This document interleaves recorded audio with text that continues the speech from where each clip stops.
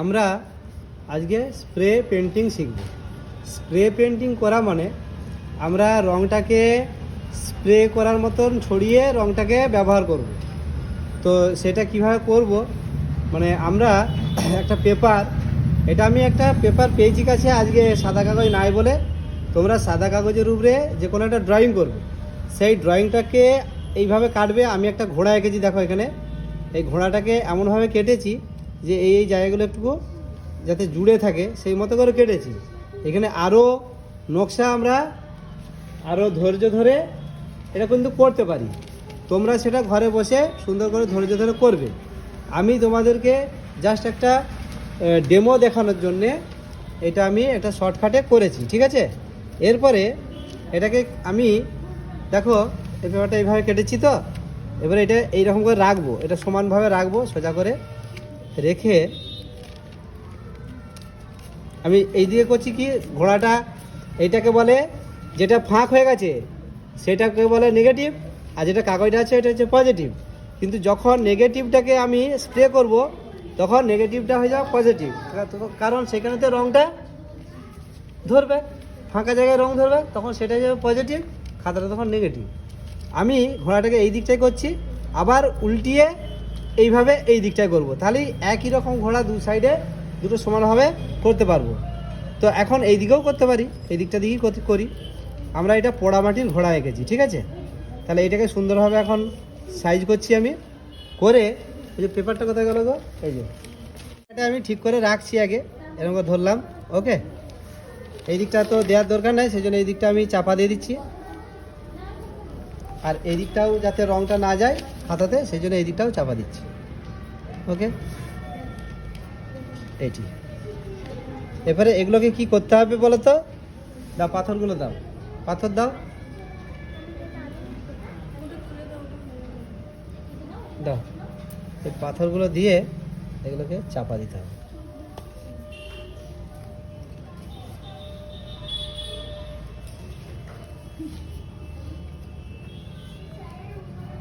এখানে একটা পাথর দিতে হবে, আর পাথর কয়েকটা দিয়েছো,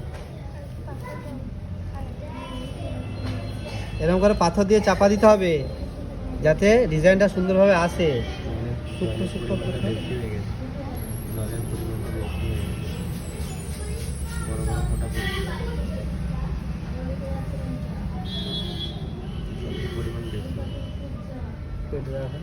পোড়ামাটির হচ্ছে শুরু হয়েছে, এখানে দেখাবে। পোড়ামাটির ঘোড়া করার জন্য কি করি, যে পোড়ামাটির যে কালার সেটা তৈরি করলাম এখানে, ঠিক আছে। এটা এরপরে এই যে ব্রাশটাতে লাগাবো, বা ব্রাশটাকে এইরকম করে ঘষালবো একটু। এরে এটা তো নোংরা, অন্য রং দিয়েছিলি, যাই হোক একটু নোংরা হয়ে গেছে, আমি আর এটাকে ইয়ে করছি না। জলটা বেশি হয়ে গেছে, হ্যাঁ জলটা একটু আর একটু কমাতে হবে। দাঁড়া, হ্যাঁ ঠিক আছে, এটা হবে। এরপরে আমি এটার উপরে এরকম করে স্প্রে করব, দেখো এইভাবে স্প্রে করবো, খুব হালকা হালকা সূক্ষ্ম সূক্ষ্ম স্প্রেগুলো পড়বে। আর এরকম করে আমি আঙুলে করেও এমনি করে নিতে পারি রঙটাকে, দেখাও। এভাবে আঙুলে করেও রঙটা নিয়ে এরকম করে এই যে খুব সূক্ষ্ম হবে, জলের ভাগটা খুব কম নেবো, ঠিক আছে।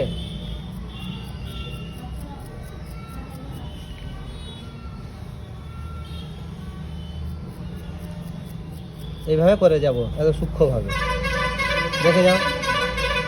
এখানে একটা পাথর লাগবে, তাহলে এটা উঠে থাকছে, গোলমাল হয়ে যাবে। যত ভালোভাবে পাথর দিয়ে ঢাকা থাকবে তত ভালো ছবিটা হবে।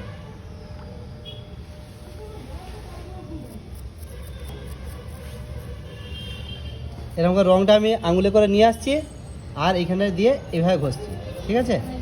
আর এখন সূক্ষ্ম সূক্ষ্মভাবে দানা দানা হয়ে পড়বে। তাও জলটা একটু বেশি হচ্ছে, জলটা তো বেশি হয়ে গেছে।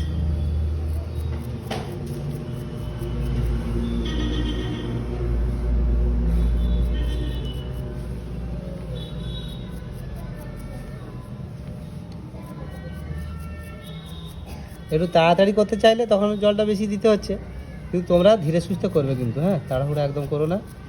ছবিটাকে ভালো করে করতে হবে। ওই দেখি,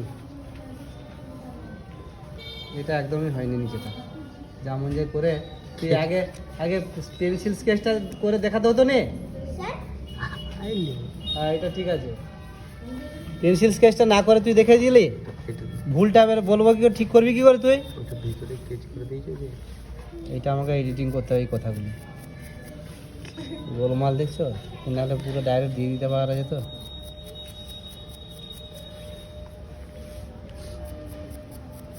এইটাই আমি তুলে দিতে পারি, কিন্তু রঙটা একটু হালকা হয়ে যাবে, তাহলে আমি ওই জন্যে এটা যাতে রঙটা আর একটু ডিপ হয় সেই জন্য এর উপরে আরও আমি এটা করে যাচ্ছি, বুঝেছো?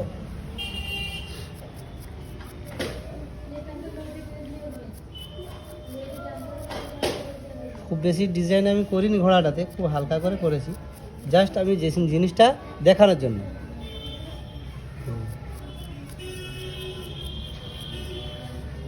বুঝলে, আর করতে হবে না।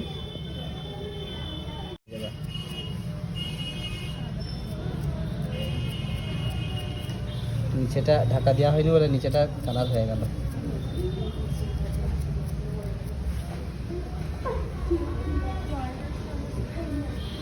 কানের কাজটা একটু সাদা লাগে উপরে।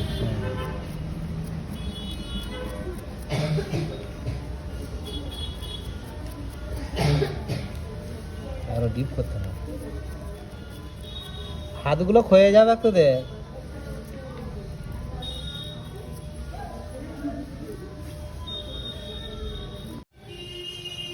হয়েছে? এইভাবে আমি স্প্রেটা করে দিলাম। এরপরে এই যে জলের ফোঁটাগুলো হয়ে আছে না, এটা একটু শুকোতে দিতে হবে, একটু সময় দিতে হবে, একটু বাতাসে শুকোবে, ঝরঝর হয়ে যাবে। তারপরে এগুলোকে ধীরে ধীরে আমি ধীরে ধীরে একটু লড়ে গেলেই কিন্তু ওইটা ঘেটে যাবে, লাগবে ইয়ে করবে।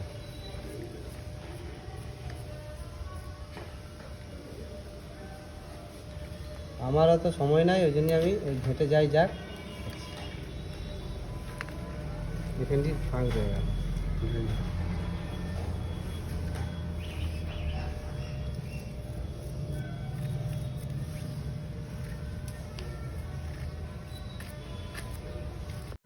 এরপরে পেপারগুলো আমি সরিয়ে নিচ্ছি, একটু শুকোনোর পরেই তোমরা সরবে, আমি এখনই এটা তুলে দিচ্ছি। হয়ে গেল ছাপ। এরপরে এই একইভাবে এইটাকে উল্টিয়ে ছাপ দেবো, কিন্তু এটা একটু শুকোতে হবে, নাহলে হবে না। একটু ধৈর্য ধরো, তারপর দেখো পেপারটা তুলে নিয়েছি, এটা শুকিয়ে গেছে। এই পেপারটাকেই আবার উল্টি দিলাম, দিয়ে এটাকে ঠিক সমানভাবে এটার সাথে মাথার সঙ্গে সমান, হ্যাঁ সমানভাবে আমি রাখছি, পাশাপাশি রাখবো, দিয়ে করব। সমান হলো কি? একটু বেঁকে গেছে, এইটি সমান, এটি সোজাটা হয়েছে,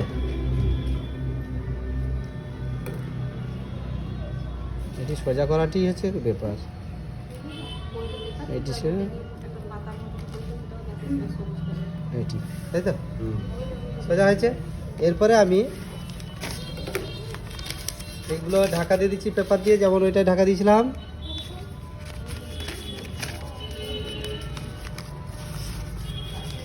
আমাদের ব্যাকগ্রাউন্ড মিউজিকটা ভালো হচ্ছে কিন্তু, প্যাঁ প্যাঁ প্যাঁ প্যাঁ এরে।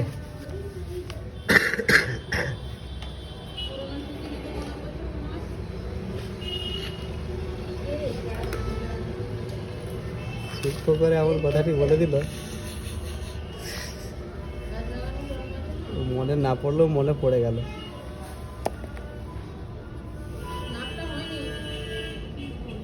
সমান হয়েছে, এটা এইদিকে ঢাকা দিতে হবে। এটাও ঢাকা দিয়ে দিলাম, যাতে করে রংটা এদিকে না ছড়িয়ে যায়। এবারে পাথর চাপা দিয়ে দিচ্ছি।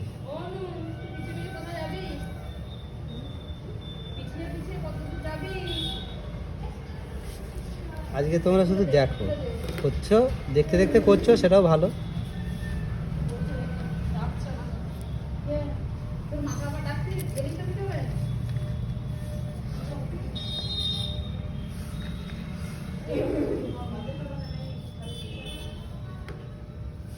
আর কথা একটু করে দিয়ে দিলে আরো। হ্যাঁ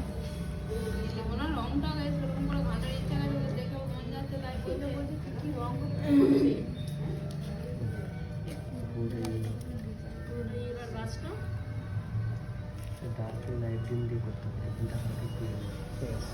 ডার্কিং দিয়ে টানলে হবে তাহলে তো ব্রাশটা কথা গেল আমি যেটা করছিলাম, হ্যাঁ যে ব্রাশটা করছিলাম, আরে তোমারটা দাও। তোমার একইভাবে যেটা ওইটা যেমন করেছিলাম ঠিক সেইভাবে এইখানেতে আমি স্প্রেটা করব। এইটা দিয়ে করলেও হয়, অসুবিধা কিছু নাই।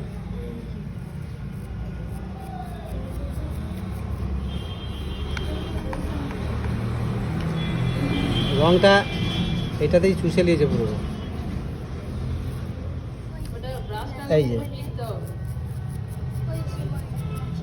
এবারে কি জলটা বেশি থাকা চলবে না রঙে।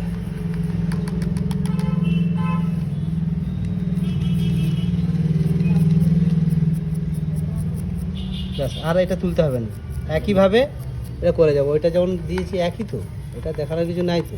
এরপরে আমরা এটা হয়ে গেছে, এটাকেও একটুক্ষণ শুকোতে দিতে হবে, দিয়ে আস্তে আস্তে পাথরগুলো সরিয়ে নেব। কিন্তু তাড়াহুড়ো করলে এই না শুকোলে কিন্তু এই একটু জল জল হয়ে আছে না, সেটা কিন্তু ঘেটে যেতে পারে, সেটা সাবধানে কিন্তু করতে হবে। আমি তোমাদের জাস্ট টেকনিকটা দেখালাম যে কিভাবে হবে। আমি এখনই তুলে দিচ্ছি, দিয়ে দেখাচ্ছি।